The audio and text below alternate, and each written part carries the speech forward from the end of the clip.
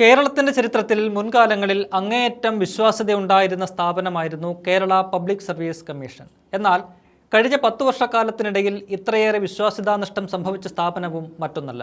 കഴിഞ്ഞ രണ്ടാഴ്ചയ്ക്കിടെ നിരവധി ക്രമക്കേടുകളാണ് PSCയുമായി ബന്ധപ്പെട്ട് പുറത്തു വന്നിരിക്കുന്നത്.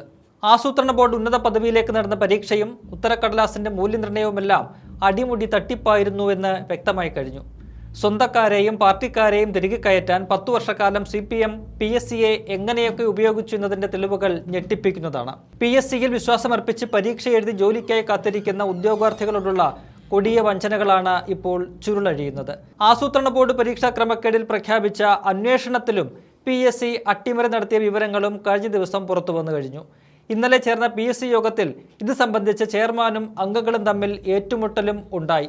വിഷയം ആഭ്യന്തര വിജിലൻസ് അന്വേഷിക്കാൻ ആദ്യമെടുത്ത തീരുമാനം ചെയർമാൻ അട്ടിമറിച്ച് പരീക്ഷാ കൺട്രോളറെ അന്വേഷണമേൽപ്പിച്ചു. ഇത് ആരെ രക്ഷിക്കാനെന്നുള്ള ചോദ്യമുയർത്തി മന്ത്രി കൂടിയായ യൂത്ത് കോൺഗ്രസ് സംസ്ഥാന അധ്യക്ഷൻ രംഗത്തെത്തിയിരുന്നു. ഇന്നലെ PSC അംഗങ്ങളെല്ലാം ഒറ്റക്കെട്ടായി നിന്നതോടെ വിജിലൻസ് അന്വേഷണത്തിന് ചെയർമാൻ നിർബന്ധിതനായി. രണ്ടാം പിണറായി സർക്കാരിന്റെ കാലത്ത് നിയമിച്ചവരാണ് PSC ചെയർമാനും അംഗങ്ങളും. തങ്ങൾക്കിഷ്ടമുള്ളവരെ കുത്തിക്കയറ്റി അതുവഴി സ്വന്തക്കാരെയും പാർട്ടിക്കാരെയും ജോലിക്കാരായി മാറ്റുക എന്നതാണ് CPM ലക്ഷ്യമിട്ടത്. അതിനൊത്താശ ചെയ്യാൻ വേണ്ടിയെന്ന വണ്ണം പിണറായി മുഖ്യമന്ത്രിയായിരിക്കെ PSC ചെയർമാന്റെയും അംഗങ്ങളുടെയും ശമ്പളത്തിൽ കണ്ണഞ്ചിപ്പിക്കുന്ന വർധന വരുത്തുകയും ചെയ്തു. എന്തായാലും ലക്ഷങ്ങൾ ശമ്പളം വാങ്ങി അങ്ങേയറ്റം നിരുത്തരവാദപരമായ പ്രവൃത്തികളാണ് PSC ചെയർമാനും അംഗങ്ങളും ചെയ്തു കൂട്ടുന്നത്. 6 വർഷം അല്ലെങ്കിൽ 62 വയസ്സ് എന്ന വ്യവസ്ഥയിലാണ് PSC അംഗങ്ങളെ നിയമിക്കുന്നത്. പ്രതിദിനം 13,000-ലധികം രൂപയാണ് ചെയർമാനും അംഗങ്ങൾക്കും ശമ്പളവും ആനുകൂല്യങ്ങളുമായി ലഭിക്കുന്നത്. 6 വർഷ കാലപരിധിക്ക് ശേഷം ജീവിതാവസാനം വരെ പെൻഷനും മെഡിക്കൽ ആനുകൂല്യങ്ങളും ഉണ്ട്. ചെയർമാനും 20 അംഗങ്ങൾക്കുമായി പ്രതിമാസം 84 ലക്ഷത്തോളം രൂപയാണ് ചെലവ്. 2025 ഫെബ്രുവരിയിലാണ് ചെയർമാന്റെയും അംഗങ്ങളുടെയും ശമ്പളത്തിൽ വലിയ വർധന പിണറായി സർക്കാർ നടപ്പാക്കിയത്. ചെയർമാന് ജില്ലാ ജഡ്ജിയുടെ സൂപ്പർ ടൈം സ്കെയിലിലെ പരമാവധി തുകയ്ക്ക് തുല്യവും അംഗങ്ങൾക്ക് ജില്ലാ ജഡ്ജിമാരുടെ സെലക്ഷൻ ഗ്രേഡ് സ്കെയിലിലെ പരമാവധി തുകയ്ക്ക് തുല്യവുമാക്കിയാണ് ശമ്പളം വർദ്ധിപ്പിച്ചത്. PSC അംഗമാകാൻ പ്രത്യേക യോഗ്യതയൊന്നും വേണ്ട. പക്ഷേ നൽകിയിരിക്കുന്നത് ജില്ലാ ജഡ്ജിയുടെ ശമ്പള സ്കെയിൽ.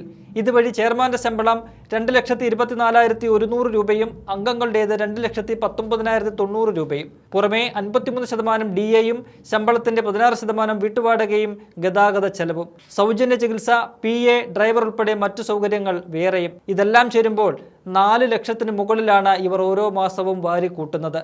അതിന് തക്ക എന്തു പണിയാണ് ഇവർ ചെയ്യുന്നതെന്ന ചോദ്യം കേരളീയ പൊതുസമൂഹം കുറെ നാളായി ഉയർത്തുന്നുണ്ട്. അതുമാത്രമല്ല, വാങ്ങുന്ന ശമ്പളത്തോട് അല്പമെങ്കിലും ആത്മാർത്ഥത വേണ്ടേ എന്നതും പ്രസക്തമാണ്. നിർണായക പദവികളിലിരുന്ന് ജനങ്ങളുടെ നികുതി പണത്തിൽ നിന്ന് ഭീമമായ ശമ്പളവും കൈപ്പറ്റി അവരെ തന്നെ വഞ്ചിക്കുന്ന നടപടികളാണ് നിലവിൽ PSC ചെയ്തുകൊണ്ടിരിക്കുന്നത് എന്നതിൽ സംശയമില്ല. 2025 ഓണറേറിയം വർധന ആവശ്യപ്പെട്ട് സെക്രട്ടേറിയറ്റിനു മുന്നിൽ വെയിലിലും മഴയിലും ആശമാർ സമരം ചെയ്യുമ്പോൾ പണമില്ലെന്ന് പറഞ്ഞ് അവഗണിച്ച സമയത്ത് തന്നെയാണ് PSC അംഗങ്ങൾക്ക് ഇങ്ങനെ ഒറ്റയടിക്ക് ലക്ഷങ്ങളുടെ വർധനയും അതുവഴി സംസ്ഥാന ഖജനാവിന് വൻ ബാധ്യതയും പിണറായി സർക്കാർ വരുത്തിവെച്ചത്. ഈ വിഷയത്തിൽ കോൺഗ്രസ് നേതാവ് ചെറിയാൻ ഫിലിപ്പ് വളരെ സുപ്രധാനമായ ഒരു പ്രതികരണമാണ് ഇപ്പോൾ നടത്തിയിരിക്കുന്നത്. PSC ചെയർമാന്റെയും അംഗങ്ങളുടെയും അതിഭീമമായ ശമ്പളം വെട്ടിക്കുറയ്ക്കണമെന്നാണ് അദ്ദേഹത്തിന്റെ ആവശ്യം. പ്രധാനമന്ത്രി, മുഖ്യമന്ത്രി എന്നിവരെക്കാൾ ഉയർന്ന ശമ്പളമാണ് ഇവർക്കെന്നും ചെറിയാൻ ഫിലിപ്പ് ചൂണ്ടിക്കാട്ടുന്നുണ്ട്. UDF അധികാരമേറ്റതിന് പിന്നാലെ പുറത്തുവന്ന PSCയിലെ ഈ ക്രമക്കേടുകൾ സർക്കാരിന് വലിയ നാണക്കേടാണ് സൃഷ്ടിച്ചിരിക്കുന്നത്. അതിൽ സർക്കാർ എന്ത് നിലപാട് സ്വീകരിക്കുമെന്നത് നിർണായകമാണ്.